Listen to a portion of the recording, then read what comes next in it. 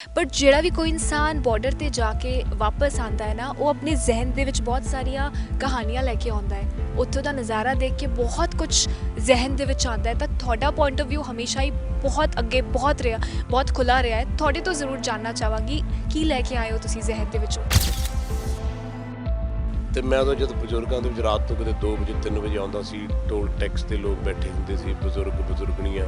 ਉਦੋਂ ਯੂਥ ਇੰਨਾ ਤੁਰਿਆ ਨਹੀਂ ਸੀ ਤੇ ਕਈ ਵਾਰੀ ਰੋਟੀਆਂ ਲੈ ਕੇ, ਬ੍ਰੈਡਾਂ ਲੈ ਕੇ, ਹੋਰ ਚੀਜ਼ਾਂ ਲੈ ਕੇ ਜਾਣਾ, ਉਹਨਾਂ ਕੋਲ ਬਹਿਣਾ। ਤੇ ਮਾਤਾਵਾਂ ਨੇ ਕਈ ਵਾਰੀ ਕਹਿਣਾ, ਪੁੱਤ ਸਾਨੂੰ 3 ਦਿਨ ਹੋ ਗਏ ਘਰੋਂ ਆਏ, ਅਸੀਂ ਰੋਟੀ ਨਹੀਂ ਖਾਧੀ। ਮੈਂ ਦਿੱਲੀ ਜਦ ਗਿਆ ਤੇ ਮੈਂ ਉੱਥੇ ਗੱਡੀ ਖੜੀ ਕਰਕੇ ਤੇ ਮੇਰੇ ਨਾਲ ਮੇਰੇ ਹੋਰ ਵੀ ਸਾਥੀ ਸੀ। ਮੈਂ ਕਿਹਾ ਪੈਦਲ ਜਾਣਾ, ਮੰਚ ਤੇ ਨਹੀਂ ਜਾਣਾ, ਸਪੀਚ ਨਹੀਂ ਦੇਣੀ, ਸਪੀਚਾਂ ਨਹੀਂ ਕਰਨੀਆਂ, ਇਹਨਾਂ ਦੇ ਨਾਲ ਰਹਿਣ। ਇੱਕ ਜਗ੍ਹਾ ਮੈਂ ਗਿਆ, ਉੱਥੇ ਜਾ ਕੇ ਵੀ ਉਹ ਸਬਜ਼ੀਆਂ ਬਣਾ ਰਹੇ ਸੀ ਇੱਕ ਆਦਮੀ, ਉਹਦੀ ਵਾਈਫ ਬੈਠੀ ਸੀ ਥੱਲੇ। ਉਹ ਕਹਿਣ ਲੱਗੀ, ਜੱਫੀ ਪਾ ਕੇ ਮੈਨੂੰ ਕਹਿੰਦੀ, ਬੇਟਾ मेरे घरे औलाद नहीं, तू मेरा पुत है, तू अपने बापू नूं कहे इस सेवा छड्ड के ना घरे आवे, मैं रंडापा कट लूंगी। मैं बेटा बयान नहीं कर सकता जिंदगी दे विच जो कुछ उत्थे देख के मेरा दिल, मैं वापस आउंदा सी, मैं ना रोंदा सी, मैं खुदा नूं कहता सी इन्ना दर्द क्यों है दुनिया च। ਧੀ ਮੇਰੀ ਇਹ ਤੁਸੀਂ ਕੱਪੜੇ ਪਾਏ, ਇਹਨਾਂ ਨੇ ਪਾਏ, ਮੈਂ ਵੀ ਪਾਏ ਆ। ਤੇ ਜੇ ਇੱਕ ਜਮਾਦਾਰ ਸਫਾਈ ਕਰ ਰਿਹਾ, ਉਹਨੂੰ ਆਪਾਂ ਚੱਕ ਕੇ ਆਪਣੇ ਬਰਾਬਰ ਬਿਠਾ ਕੇ ਰੋਟੀ ਆਪਾਂ ਇੱਕ ਥਾਲੀ 'ਚ ਨਹੀਂ ਖਵਾ ਸਕਦੇ, ਤਾਂ ਫਿਰ ਆਪਾਂ ਕਾਹਦੇ ਬੰਦੇ। ਸੋ ਮੈਂ ਸਮਝਦਾ, I believe in God, there are only 2 ways in life, one is God's way, the other is devil's way। ਸਤਿ ਸ਼੍ਰੀ ਅਕਾਲ, ਤੁਸੀਂ ਦੇਖ ਰਹੇ ਹੋ ਡੇਲੀ ਪੋਸਟ ਪੰਜਾਬੀ ਤੇ ਮੈਂ ਹਾਂ ਤੁਹਾਡੇ ਨਾਲ ਸੋਨਾਲੀ। ਕਿਸਾਨੀ ਅੰਦੋਲਨ ਤੁਸੀਂ ਜਾਣਦੇ ਹੋ, ਡੇ 1 ਤੋਂ ਜ਼ੋਰਾਂ ਸ਼ੋਰਾਂ ਨਾਲ ਚੱਲ ਰਿਹਾ ਹੈ। ਸਭ ਤੋਂ ਵੱਡੀ ਗੱਲ, ਪੀਸਫੁਲ ਪ੍ਰੋਟੈਸਟ ਚੱਲ ਰਿਹਾ ਹੈ। ਕਿਤੇ ਵੀ ਜਾਓਗੇ ਤਾਂ ਪੀਸਫੁਲ ਤਰੀਕੇ ਨਾਲ ਲੰਗਰ ਲੱਗ ਰਹੇ ਨੇ। ਇੱਕ ਰੈਵੋਲੂਸ਼ਨ ਆਲਰੇਡੀ ਕ੍ਰੀਏਟ ਹੋ ਚੁੱਕਿਆ ਹੈ ਤੇ ਚੰਗਾ ਲੱਗ ਰਿਹਾ ਉਸ ਦਾ ਹਿੱਸਾ ਬਣ ਕੇ। ਤੇ ਉਸ ਤੋਂ ਵੀ ਜ਼ਿਆਦਾ ਚੰਗਾ ਲੱਗ ਰਿਹਾ ਇਹ ਦੇਖ ਕੇ ਕਿ ਇੱਕ ਆਈਡਲ, ਜਿਹਨਾਂ ਨੂੰ ਸ਼ਾਇਦ ਲੱਗਦਾ ਹੈ ਕਿ ਉਹਨਾਂ ਦੀ ਉਮਰ ਹੋ ਗਈ ਆ, ਪਰ ਮੈਂ ਇੱਕ ਗੱਲ ਜ਼ਰੂਰ ਕਹੂੰਗੀ, ਮੈਂ ਹਮੇਸ਼ਾ ਤੋਂ ਉਹਨਾਂ ਦੀ ਫਿਟਨੈਸ ਦੀ ਫੈਨ ਆ, ਹਰ ਇੰਟਰਵਿਊ ਦੇ ਵਿੱਚ ਮੈਂ ਇਹ ਗੱਲ ਕਹਿੰਦੀ ਆ। ਬਟ ਉਹਨਾਂ ਦਾ ਜਜ਼ਬਾ ਦੇਖ ਕੇ ਲੱਗਦਾ ਹੈ ਕਿ ਵਾਓ, ਅਸੀਂ ਇੱਦਾਂ ਦੇ ਲੋਕਾਂ ਨੂੰ ਫੋਲੋ ਕਰ ਰਹੇ ਹਾਂ। ਉਹਨਾਂ ਦੇ ਫੁੱਟਪ੍ਰਿੰਟਸ 'ਤੇ ਜਾ ਕੇ ਜ਼ਾਹਿਰ ਜੀ ਗੱਲ ਆ, ਅਸੀਂ ਬਹੁਤ ਅੱਗੇ ਜਾਵਾਂਗੇ। ਤੇ ਇਸ ਰੈਲੀ ਦੇ ਉਹ ਬਹੁਤ ਇੰਪੋਰਟੈਂਟ ਪਾਰਟ ਰਹਿ ਚੁੱਕੇ ਨੇ। ਖੁਦ ਟਰੈਕਟਰ ਚਲਾ ਚੁੱਕੇ ਨੇ, ਹੋਰ ਵੀ ਉਹਨਾਂ ਕਿਸਾਨਾਂ ਵਿੱਚ ਜਾ ਕੇ ਬਹਿ ਚੁੱਕੇ ਨੇ, ਰੂਬਰੂ ਹੋ ਚੁੱਕੇ ਉਹਨਾਂ ਨਾਲ। ਇਹਨਾਂ ਸਾਰਿਆਂ 'ਤੇ ਜਿਹੜੀ ਆ ਇਹਨਾਂ ਨਾਲ ਜ਼ਰੂਰ ਗੱਲਬਾਤ ਕਰਾਂਗੇ। ਰਿਸਪੈਕਟਡ ਯੋਗਰਾਜ ਜੀ, ਸਤਿ ਸ਼੍ਰੀ ਅਕਾਲ। ਯੋਗਰਾਜ ਸਿੰਘ ਸਪੁੱਤਰ ਸ਼ਹੀਦ ਬਾਬਾ ਦੀਪ ਸਿੰਘ ਜੀ ਦੀ ਫਤਿਹ ਸਾਰੇ ਕਬੂਲ ਕਰਿਓ। ਵਾਹਿਗੁਰੂ ਜੀ ਕਾ ਖਾਲਸਾ, ਵਾਹਿਗੁਰੂ ਜੀ ਕੀ ਫਤਿਹ। ਹਾਂਜੀ ਬੇਟਾ ਜੀ, ਜਿਵੇਂ ਮੈਂ ਕਿਹਾ ਸਰ ਕਿ ਤੁਸੀਂ ਡੇ 1 ਤੋਂ ਜੁੜੇ ਹੋਏ ਹੋ, ਜਿਵੇਂ ਮੈਂ ਇਹ ਵੀ ਕਿਹਾ ਕਿ ਇਸ ਸਮੇਂ ਜ਼ਾਹਿਰ ਜੀ ਗੱਲ ਆ, ਮੈਂ ਫਿਟਨੈਸ ਦੀ ਹਮੇਸ਼ਾ ਤੋਂ ਫੈਨ ਆ ਤੁਹਾਡੀ, ਮੈਂ ਜਾਣਦੀ ਆ। ਤੇ ਤੁਹਾਨੂੰ ਦੇਖ ਕੇ ਯੂ ਆਰ ਐਨ ਇੰਸਪੀਰੇਸ਼ਨ। ਜਿਵੇਂ ਮੈਂ ਮੈਂਸ਼ਨ ਕੀਤਾ ਕਿ ਤੁਸੀਂ ਆਪ ਟਰੈਕਟਰ ਚਲਾਇਆ, ਇਸ ਰੈਵੋਲੂਸ਼ਨ ਦਾ ਤੁਸੀਂ ਬਹੁਤ ਸਾਰੇ ਰੈਵੋਲੂਸ਼ਨਸ ਦਾ ਆਲਰੇਡੀ ਹਿੱਸਾ ਬਣ ਚੁੱਕੇ ਹੋ। ਤੁਸੀਂ ਹਮੇਸ਼ਾ ਚੇਂਜ ਜਦ ਆਉਂਦਾ ਹੈ ਉਹਦੇ ਵਿੱਚ ਹੁੰਦੇ ਹੋ।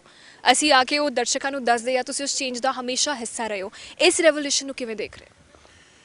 ਮੈਂ ਸਮਝਦਾ ਕਿ ਹਿੰਦੁਸਤਾਨ ਦੇ ਵਿੱਚ ਚੇਂਜ ਦੀ ਬਹੁਤ ਲੋੜ ਸੀ, ਕਿਉਂਕਿ ਜਦ ਦੀ ਪਾਰਟੀਸ਼ਨ ਹੋਈ ਹੈ 75 ਸਾਲਾਂ ਤੋਂ ਆਪਾਂ ਉਸੇ ਪਾਇਦਾਨ 'ਤੇ ਜੀਂਦੇ ਆ ਰਹੇ ਹਾਂ। ਬੇਸ਼ੱਕ ਸਾਡੇ ਲੀਡਰ ਸਾਹਿਬਾਨ ਜਾਂ ਸਾਡੀ ਪਾਰਟੀਆਂ ਜਿਹੜੀਆਂ ਸੀਗੀਆਂ, ਉਹਨਾਂ ਨੇ ਵੇਰੀਅਸ ਗੱਲਾਂ ਕੀਤੀਆਂ। ਮੇਰਾ ਖਿਆਲ ਪਹਿਲਾ ਕੰਟਰੀ ਹੈ ਜਿਹਦੇ ਵਿੱਚ ਇੰਨੀਆਂ ਬਿਲਸ ਦੀਆਂ ਅਮੈਂਡਮੈਂਟਸ ਹੋਈਆਂ ਨੇ, 87 ਅਮੈਂਡਮੈਂਟਸ ਇਨ 75 ਈਅਰਸ। ਬਹੁਤ ਜ਼ਿਆਦਾ ਵੱਡੀ ਗੱਲ ਹੋ ਜਾਂਦੀ ਹੈ। ਸੋ ਕੁਛ ਨਾ ਕੁਛ ਚੇਂਜ ਬਹੁਤ ਜ਼ਰੂਰੀ ਸੀ। ਔਰ ਜਿਸ ਤਰ੍ਹਾਂ ਦੀ ਕਰਪਸ਼ਨ, ਜਿਸ ਤਰ੍ਹਾਂ ਦੀ ਜ਼ਿੰਦਗੀ ਹਿੰਦੁਸਤਾਨ ਦੇ ਲੋਕ ਜੀ ਰਹੇ ਸੀ, ਜਾਂ ਲੀਡਰ ਸਾਹਿਬਾਨ ਜਾਂ ਪਾਰਟੀ ਵਾਲੇ ਡਿਵੀਜ਼ਨ ਕਰਕੇ ਸਾਡੇ 'ਚ, ਕਦੇ ਧਰਮਾਂ ਦੀ ਡਿਵੀਜ਼ਨ, ਕਦੇ ਜਾਤ ਪਾਤ ਦੀ ਡਿਵੀਜ਼ਨ, ਕਦੇ ਊਚ ਨੀਚ ਦੀ ਡਿਵੀਜ਼ਨ, ਕਦੇ ਸ਼ਕਲਾਂ ਸੂਰਾਂ ਦੀ ਡਿਵੀਜ਼ਨ, ਇਹ ਕਰਕੇ ਉਹ ਰਾਜ ਕਰ ਰਹੇ ਸੀ। ਔਰ ਮੇਰਾ ਖਿਆਲ ਹੈ ਖੁਦਾਬੰਦ ਜਿਹੜਾ ਹੈ, ਉਹ ਪ੍ਰਮਾਤਮਾ, ਉਹ ਹਰ ਪਲ ਸੁਣਦਾ ਵੀ ਹੈ, ਦੇਖਦਾ ਵੀ ਹੈ ਤੇ ਉਹਨੂੰ ਰਜਿਸਟਰ ਵੀ ਕਰਦਾ ਹੈ। ਤੇ ਬੜੀ ਵਾਰੀ ਉਹ ਬੰਦੇ ਨੂੰ ਕਹਿਣ ਦੀ ਕੋਸ਼ਿਸ਼ ਵੀ ਕਰਦਾ ਕਿ ਬੰਦਿਆ ਤੂੰ ਗਲਤ ਰਾਹ 'ਤੇ ਚੱਲ ਰਿਹਾ, ਜਿਹੜਾ ਠੀਕ ਹੋ ਜਾ। ਬੜੇ ਇਨਸੀਡੈਂਟ, ਬੜੇ ਤੁਹਾਨੂੰ ਇੰਡੀਕੇਸ਼ਨਸ ਮਿਲਦੀਆਂ ਨੇ ਗੋਡ ਵੱਲੋਂ, ਪਰ ਆਪਾਂ ਨੂੰ ਸਮਝ ਨਹੀਂ ਪਾਉਂਦੇ। ਸੋ ਆਈ ਥਿੰਕ ਇਹ ਚੇਂਜ ਬਹੁਤ ਜ਼ਰੂਰੀ ਸੀ। ਰੈਵੋਲੂਸ਼ਨ ਦੀ ਤੁਸੀਂ ਗੱਲ ਕੀਤੀ, ਰੈਵੋਲੂਸ਼ਨ ਹਮੇਸ਼ਾ ਆਉਣੀ ਚਾਹੀਦੀ। ਆਈ ਥਿੰਕ ਐਵਰੀ 100 ਈਅਰਸ ਤੋਂ ਬਾਅਦ ਥਿੰਗਸ ਬਦਲਦੀਆਂ ਨੇ ਤੇ ਹੁਣੇ 75 ਸਾਲਾਂ ਦੇ ਵਿੱਚ ਆਪਣੀ ਕੌਮ ਬੜੀ ਸੁੱਤੀ ਹੋਈ ਸੀ। ਆਪਾਂ ਸਾਰੇ ਯੰਗ ਜਨਰੇਸ਼ਨ ਬਾਹਰ ਜਾ ਰਹੀ ਸੀ। ਤੁਸੀਂ ਸਾਰੇ ਬੇਟੀਆਂ ਧੀਆਂ ਸਾਡੀਆਂ, ਸਾਡੇ ਪੁੱਤਰ, ਸਾਡੇ ਪੋਤੇ ਪੋਤੀਆਂ ਸਭ ਬਾਹਰ ਜਾ ਰਹੇ ਸੀ। ਸਾਰੇ ਬਾਹਰ ਚਲੇ ਵੀ ਗਏ। ਪਿਛਲੇ 75 ਸਾਲ ਤੋਂ ਆਪਾਂ ਕੁਝ ਨਹੀਂ ਕੀਤਾ, ਆਪਾਂ ਦੇਸ਼ ਖਾਲੀ ਕੀਤਾ। ਸੋ ਨੈਚੁਰਲੀ ਜਦ ਤੁਹਾਡੇ ਵੱਡ ਵਡੇਰੇ ਚਲੇ ਜਾਂਦੇ ਆ ਤਾਂ ਉਹ ਫਿਰ ਜਿਹੜੇ ਯੰਗ ਜਨਰੇਸ਼ਨ ਆ ਉਹ ਵੀ ਉਹਨਾਂ ਨੂੰ ਫੋਲੋ ਕਰਦੇ। ਸੋ ਮੈਂ ਇਹ ਸਮਝਦਾ ਕਿ ਬਹੁਤ ਇੰਪੋਰਟੈਂਟ ਸੀਗਾ, ਕੁਦਰਤੀ ਹੋਇਆ ਇਹ, ਨਾ ਤਾਂ ਆਪਾਂ ਕੀਤਾ ਨਾ ਕਿਸੇ ਨੇ ਕੀਤਾ, ਕਿਉਂਕਿ ਮੈਂ ਮੰਨਦਾ ਜੋ ਕੁਝ ਹੁੰਦਾ ਉਹਦੇ ਹੁਕਮ ਦੇ ਵਿੱਚ ਹੁੰਦਾ। ਹੁਕਮ ਰਜ਼ਾਈ ਚੱਲਣਾ ਨਾਨਕ ਲਿਖਿਆ ਨਾਲ, ਹੁਕਮੇ ਅੰਦਰ ਸਭ ਕੋ ਬਾਹਰ ਹੁਕਮ ਨਾ ਕੋਏ, ਇਹ ਉਹਦੇ ਹੁਕਮ ਨਾਲ ਹੋਇਆ। And maybe God wanted ਕਿ ਵੀ ਇਹ ਦੇਸ਼ ਨੂੰ ਬੜਾ, ਮੈਂ ਵੀ ਸਵਾਰ ਸੂਰ ਕੇ ਬੜਾ ਰੱਖਿਆ ਸੀ, ਪਰ ਮੇਰੇ ਬੱਚਿਆਂ ਨੇ ਇਹਨੂੰ ਖਰਾਬ ਕਰਤਾ। ਸੋ ਆਈ ਥਿੰਕ ਚੇਂਜ ਬਹੁਤ ਜ਼ਰੂਰੀ ਸੀ। ਔਰ ਜੇ ਤੁਸੀਂ ਮੇਰੀ ਗੱਲ ਕੀਤੀ ਹੈ, ਮੇਰਾ ਜ਼ਾਤੀ ਫਰਜ਼ ਹੈ, ਮੈਂ ਇਸ ਵਤਨ ਦੀ ਧਰਤੀ ਤੋਂ ਪੈਦਾ ਹੋਇਆ ਔਰ ਮੈਨੂੰ ਇਸ ਗੱਲ ਦਾ ਬੜਾ ਦੁੱਖ ਹੁੰਦਾ ਕਿ ਹਮੇਸ਼ਾ ਆਪਾਂ ਇਹ ਗੱਲ ਕਰਦੇ ਹਾਂ ਕਿ ਜੀ ਮੈਂ ਗੁਜਰਾਤੀ ਹਾਂ ਜੀ, ਮੈਂ ਤਮਿਲਨਾਡੂ ਦਾ ਜੀ, ਮੈਂ ਮਹਾਰਾਸ਼ਟਰ ਦਾ ਜੀ, ਮੈਂ ਪੰਜਾਬੀ ਹਾਂ ਜੀ, ਮੈਂ ਫਲਾਨਾ। ਆਪਾਂ 'ਚੋਂ ਕਿਸੇ ਨੇ ਨਹੀਂ ਕਿਹਾ ਮੈਂ ਹਿੰਦੁਸਤਾਨੀ ਹਾਂ, ਮੈਂ ਭਾਰਤ ਦਾ ਰਹਿਣ ਵਾਲਾ ਨੁਮਾਇੰਦਾ। ਇਹ ਕਦੇ ਵੀ ਜ਼ਿੰਦਗੀ 'ਚ ਆਪਾਂ ਗੱਲ ਨਹੀਂ ਕੀਤੀ। ਸੋ ਆਈ ਥਿੰਕ ਹੁਣ ਇੱਕ ਗੱਲ ਬੜੀ ਜਿਹੜੀ ਇੰਪੋਰਟੈਂਟ ਹੋ ਗਈ ਹੈ ਕਿ ਸਾਰਾ ਦੇਸ਼ ਇਕੱਠਾ ਹੋ ਗਿਆ। ਪੰਜਾਬ ਤੋਂ ਸ਼ੁਰੂ ਹੋਈ ਗੱਲ, ਪੰਜਾਬ ਨੇ ਹਮੇਸ਼ਾ ਹੀ ਲੀਡ ਕੀਤਾ, ਵੱਡਾ ਭਰਾ ਹੈ, ਕਿਉਂਕਿ ਨਾਰਦਰਨ ਸੈਕਟਰ ਜੇ ਪਾਕਿਸਤਾਨ ਨਾ ਵੰਡਿਆ ਜਾਂਦਾ ਤਾਂ ਵੱਡਾ ਭਰਾ ਬਹੁਤ ਵੱਡਾ ਸੀ, ਲੇਕਿਨ ਇਸ ਵੱਡੇ ਭਰਾ ਨੇ ਅੱਗੇ ਹੋ ਕੇ ਜਿਹੜਾ ਇਹ ਕੰਮ ਕੀਤਾ, ਸਾਰੇ ਦੇਸ਼ ਨੂੰ ਇੱਕ ਜਗ੍ਹਾ ਇਕੱਠਾ ਕਰਕੇ, ਤੇ ਇਹ ਜ਼ਰੂਰ ਦੱਸਿਆ ਕਿ ਅਸੀਂ ਜ਼ਿੰਦਗੀ 'ਚ ਕਦੇ ਅਲੱਗ ਨਹੀਂ ਹੋ ਸਕਦੇ। ਬਹੁਤ ਸਾਰੀਆਂ ਵੀਡੀਓਜ਼ ਉੱਥੋਂ ਦੀ ਸਾਹਮਣੇ ਆ ਰਹੀਆਂ ਨੇ, ਨਮਾਜ਼ ਉੱਥੇ ਹੋ ਰਹੀ ਆ, ਪਾਠ ਉੱਥੇ ਹੋ ਰਿਹਾ ਹੈ, ਮੰਦਿਰ ਉੱਥੇ ਬਣਿਆ ਹੋਇਆ ਹੈ। ਸੋ ਇੱਕ ਨਜ਼ਾਰਾ ਆਪਣੇ ਆਪ ਦੇ ਵਿੱਚ ਇੱਦਾਂ ਲੱਗਦਾ ਹੈ ਕਿ ਹਿਸਟਰੀ ਕ੍ਰੀਏਟ ਹੋ ਰਹੀ ਆ ਤੇ ਉਹ ਦੇਖ ਕੇ ਬਹੁਤ ਖੂਬਸੂਰਤ ਲੱਗ ਰਿਹਾ ਹੈ। ਇੱਕ ਬੇਟਾ ਹੋਰ ਬੜੀ ਵੱਡੀ ਗੱਲ ਹੋਈ ਹੈ, ਜੇ ਤੁਸੀਂ ਮਾਈਨਿਊਟਲੀ ਦੇਖੋ ਤਾਂ ਸਾਡਾ ਯੂਥ ਬੜਾ ਭਟਕਿਆ ਹੋਇਆ ਸੀ। ਜਦ ਇਹ ਰੈਲੀਜ਼ ਮੈਂ ਸ਼ੁਰੂ ਕੀਤੀਆਂ ਸੀ, ਮੈਨੂੰ ਗੁਰੂ ਮਹਾਰਾਜ ਦੇ ਘਰੋਂ ਹੁਕਮ ਹੋਇਆ ਸੀ, ਟਾਲਾ ਸਾਹਿਬ ਬਾਬਾ ਦਰਸ਼ਨ ਸਿੰਘ ਜਦ ਕਿਹਾ ਸੀ ਕਿਸਾਨਾਂ ਦੇ ਨਾਲ ਚੱਲਣਾ ਬੇਟਾ, ਗੁਰੂ ਘਰ ਨੇ ਸੇਵਾਵਾਂ ਲੈਣੀਆਂ, ਜੇ ਪੰਜਾਬ ਦਾ ਬੋਝ ਤੇਰੇ ਮੋਢਿਆਂ 'ਤੇ ਬਹੁਤ ਪੈਣਾ। ਮੈਨੂੰ ਉਦੋਂ ਨਹੀਂ ਸੀ ਪਤਾ ਕਿ ਇਹ ਗੱਲ ਹੋਣ ਵਾਲੀ ਹੈ, ਪਰ ਮੈਂ ਗੱਲ ਜ਼ਰੂਰ ਯੂਥ ਨੂੰ ਬਹੁਤ ਫੋਲੋ ਕਰਦਾ, ਮੈਂ ਯੂਥ ਨੂੰ ਐਡਮਾਇਰ ਵੀ ਬਹੁਤ ਕਰਦਾ, ਕਿਉਂਕਿ ਯੂਥ ਦੇ ਕੰਧਿਆਂ 'ਤੇ ਹੀ ਪਿਓ ਦੀ ਪੱਗ ਹੁੰਦੀ ਹੈ ਅਤੇ ਦਾਦੇ ਦੀ ਪੱਗ ਹੁੰਦੀ ਹੈ, ਪੁੱਤ ਵੀ ਹੁੰਦਾ, ਪੋਤਾ ਵੀ ਹੁੰਦਾ ਅਤੇ ਪੋਤੀ ਵੀ ਹੁੰਦੀ ਹੈ, ਧੀ ਵੀ ਹੁੰਦੀ ਹੈ। ਅਤੇ ਉਹਨਾਂ ਨੂੰ ਮੈਂ ਇੱਕ ਹਰੀ ਸਿੰਘ ਨਲੂਏ ਦੇ ਕਰੈਕਟਰ ਦੀ ਗੱਲ ਸੁਣਾ ਰਿਹਾ ਸੀ ਕਿ ਵੱਡੀ ਮਾਂ ਬਰਾਬਰ ਦੀ ਭੈਣ ਛੋਟੀ ਧੀ, ਉਹ ਚੀਜ਼ ਨੇ ਬਹੁਤ ਇਫੈਕਟ ਕੀਤਾ। ਜਿਹੜੇ ਅੰਦੋਲਨ ਦੀ ਤੁਸੀਂ ਗੱਲ ਕੀਤੀ ਹੈ, ਤੁਸੀਂ ਉੱਥੇ ਸਾਰੇ ਧਰਮਾਂ ਨੂੰ ਇਕੱਠੇ ਵੀ ਦੇਖਿਆ ਹੈ, ਔਰ ਤੁਸੀਂ ਨੌਜਵਾਨਾਂ ਨੂੰ ਵੀ ਦੇਖਿਆ ਹੋਊਗਾ ਕਿ ਉਹਨਾਂ ਨੇ ਕਦੇ ਵੀ ਕੋਈ ਐਸਾ ਇੰਸੀਡੈਂਟ ਨਹੀਂ ਆਇਆ ਤੁਹਾਡੇ ਸਾਹਮਣੇ ਕਿ ਕਦੇ ਕਿਸੇ ਧੀ ਭੈਣ ਵੱਲ ਅੱਖ ਚੱਕ ਕੇ ਦੇਖਿਆ ਹੋਵੇ। ਬੇਸ਼ੱਕ ਉਹ ਪ੍ਰੈਸ ਰਿਪੋਰਟਰ ਵੀ ਆਏ ਉੱਥੇ ਜਿਹੜਾ ਨੇ ਬਹੁਤ ਕੁਝ ਕਿਹਾ, ਲੇਕਿਨ ਉਹ ਲੇਡੀਜ਼ ਨੂੰ ਜਾਂ ਉਹ ਧੀਆਂ ਨੂੰ ਉਹਨਾਂ ਨੇ ਕੁਝ ਨਹੀਂ ਕਿਹਾ, ਹੀ ਕਿਹਾ ਵੀ ਤੁਸੀਂ ਇੱਥੋਂ ਚਲੇ ਜਾਓ। ਸੋ ਆਈ ਥਿੰਕ ਇਹ ਇੱਕ ਬਹੁਤ ਚੰਗਾ ਹੋਇਆ, ਕਿਉਂਕਿ ਜਿਸ ਦਿਨ ਅਸੀਂ ਆਪਣਾ ਕਿਰਦਾਰ ਬਣਾ ਲਾਂਗੇ, ਮੈਂ ਬੰਦਿਆਂ ਦੀ ਗੱਲ ਖਾਸ ਕਰ ਕਰਦਾ, ਮੈਨਸ ਬਲੱਡ ਫੋਲੋਜ਼ ਇਨ ਦੀ ਵੂਮਨਸ ਵੂਮ, ਹੈ ਨਾ, ਤਾਂ ਮੈਂ ਇਹ ਸਮਝਦਾ ਕਿ ਜਦ ਤੁਸੀਂ ਆਪਣਾ ਕਿਰਦਾਰ ਕਿ ਮੇਰੀ ਵੱਡੀ ਜਿਹੜੀ ਹੈ ਮੇਰੀ ਮਾਂ ਵਰਗੀ ਹੈ, ਇਹ ਬਰਾਬਰ ਦੀ ਮੇਰੀ ਭੈਣ ਵਰਗੀ ਹੈ ਅਤੇ ਛੋਟੀ ਮੇਰੀ ਧੀ ਹੈ, ਆਈ ਥਿੰਕ ਜਿਸ ਦਿਨ ਇਹ ਕਿਰਦਾਰ ਬਣ ਜਾਏਗਾ, ਤੁਸੀਂ ਬਿਲੀਵ ਕਰਨਾ ਉਹ ਸੁਸਾਇਟੀ, ਉਹ ਦੇਸ਼, ਉਹ ਘਰ ਐਸਾ ਸੰਪੂਰਨ ਤਰੀਕੇ 'ਤੇ ਪੂਰਨ ਹੁੰਦਾ ਹੈ ਕਿ ਰੱਬ ਉਹਦੇ ਵਿੱਚ ਆਪ ਵਾਸ ਕਰਨ ਲੱਗ ਜਾਂਦਾ ਅਤੇ ਉਹਦੀ ਲਾਈਟ ਜਿਹੜੀ ਹੈ ਉਹ ਸਾਰੇ ਹੀ ਬ੍ਰਹਿਮੰਡ ਦੇ ਵਿੱਚ ਜਾਂਦੀ ਹੈ। ਸੋ ਆਈ ਥਿੰਕ ਇਹ ਬਹੁਤ ਜਿਹੜੀ ਤੁਸੀਂ ਚੀਜ਼ਾਂ ਕਹੀਆਂ ਨੇ, ਮੈਂ ਹਮੇਸ਼ਾ ਹੀ ਸੋਚਦਾ ਸੀ, ਮੈਂ ਬਹੁਤ ਇਮੋਸ਼ਨਲ ਅਤੇ ਬੜਾ ਪਿਆਰ ਵਾਲਾ ਅਤੇ ਬੜਾ ਸਿਦਕ ਵਾਲਾ ਬੰਦਾ, ਮੇਰੀ ਅੱਖ 'ਚ ਛੋਟੀ ਜਿਹੀ ਗੱਲ ਪਿੱਛੇ ਹੰਝੂ ਆ ਜਾਂਦਾ। ਸਭ ਕੁਝ ਦੇਖ ਕੇ ਮੈਂ ਬਹੁਤ ਰੋਂਦਾ ਸੀ ਕਿ ਇਸ ਤਰ੍ਹਾਂ ਦਾ ਗੱਲ ਕਿਉਂ ਹੋ ਸਕਦੀ ਹੈ, ਪਰ ਮੇਰਾ ਸਿਰ ਝੁਕਦਾ ਤੁਹਾਡੇ ਸਾਰਿਆਂ ਦੇ ਸਾਹਮਣੇ। ਈਵਨ ਮੈਂ ਮੀਡੀਆ ਨੂੰ ਕਹੂੰਗਾ, ਜਿਸ ਤਰ੍ਹਾਂ ਵੀ ਹੋਇਆ, ਤੁਸੀਂ ਬਹੁਤ ਅੱਜ ਹਜ਼ਾਰਾਂ ਚੈਨਲ ਬਾਹਰੋਂ ਆ ਗਏ ਚੱਲ ਕੇ, ਡਿਸਕਵਰੀ ਚੈਨਲਸ ਆ ਗਏ, ਸਾਰੇ ਆ ਗਏ, ਤੁਸੀਂ ਸਾਰਿਆਂ ਨੇ ਜੁਆਇਨ ਹੈਂਡ ਕੀਤਾ, ਤਾਂ ਇਹ ਜਿਹੜਾ ਅੰਦੋਲਨ ਆ ਬੜਾ ਸਕਸੈਸਫੁਲ ਹੋਇਆ। ਇਸ ਅੰਦੋਲਨ ਦੀ ਸਭ ਤੋਂ ਚੰਗੀ ਗੱਲ ਇਹ ਹੈ ਕਿ ਸਭ ਕੁਝ ਜਿਹੜਾ ਹੈ ਕੱਟ ਹੋ ਗਿਆ।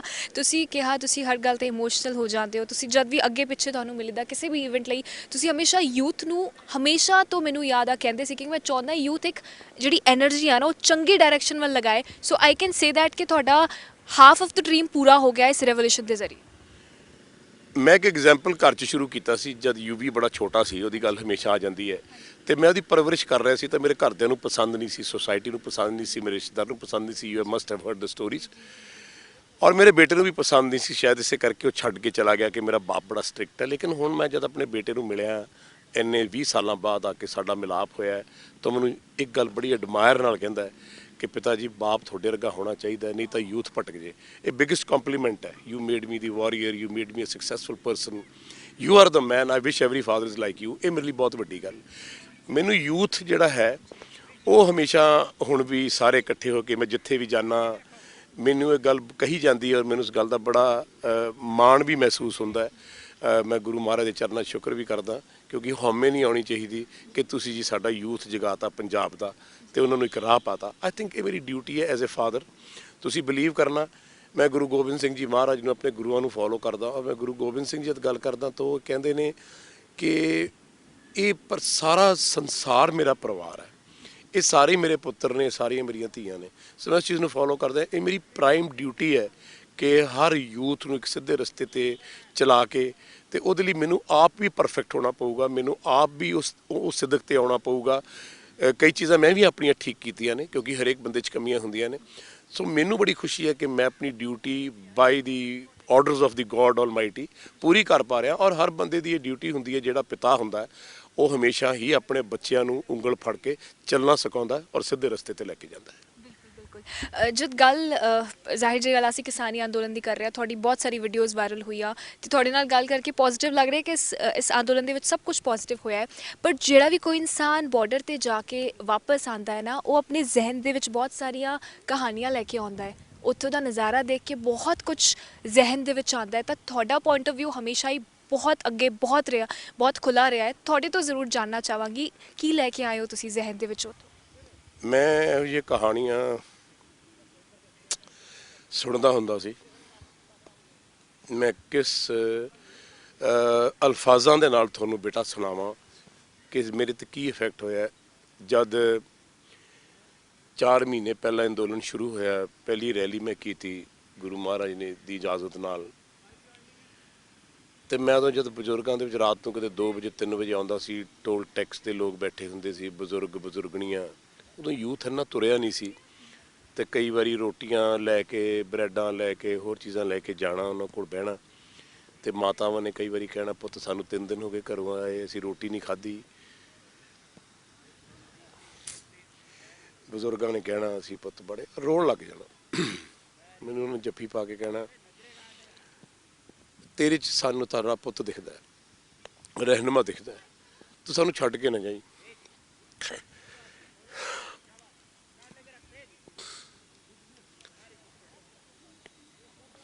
ਸੌਰੀ, ਮੈਂ ਦਿੱਲੀ ਜਦ ਗਿਆ ਤੇ ਮੈਂ ਉੱਥੇ ਗੱਡੀ ਖੜੀ ਕਰਕੇ, ਤੇ ਮੇਰੇ ਨਾਲ ਮੇਰੇ ਹੋਰ ਵੀ ਸਾਥੀ ਸੀ।